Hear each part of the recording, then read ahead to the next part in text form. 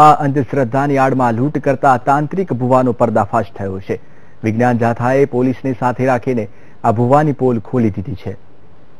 ભચાઉના ભરૂડિયા ગામના શ્રદ્ધાના નામે લોકોને લૂંટતા તાંત્રિક ભુવા ભીમા જેમલ રબારીને ભારત જન વિજ્ઞાન જાથાની ટીમે આદિપુર પોલીસ સ્ટેશનની મદદથી ઝડપી પાડ્યો છે. મહત્વનું છે કે ભાજપના નેતા ભૂપેન્દ્રસિંહ દ્વારા ભુવા સન્માન કાર્યક્રમમાં ભુવાઓનું સન્માન કરવામાં આવ્યું હતું અને મંત્રી સાથેના ફોટો બતાવીને ભુવા દ્વારા લોકોને છેતરવામાં આવતા હતા. ભુવા દ્વારા લોકોના દુઃખ દર્દના નિરાકરણ માટે લોકો પાસેથી 500 થી 25,000 જેટલી ફી વસૂલવામાં આવતી હતી. જો કે સરકારના પ્રતિનિધિઓ દ્વારા જ આવા ઢોંગી ભુવાઓનું સન્માન કરવામાં આવતું હોય તો સામાન્ય જનતા આવા ભુવાઓ સામે છેતરાવાના જ છે. જો કે ભારત જન વિજ્ઞાન જાથાએ પોલીસની મદદથી આ ઢોંગી ભુવાનો પર્દાફાશ કર્યો છે.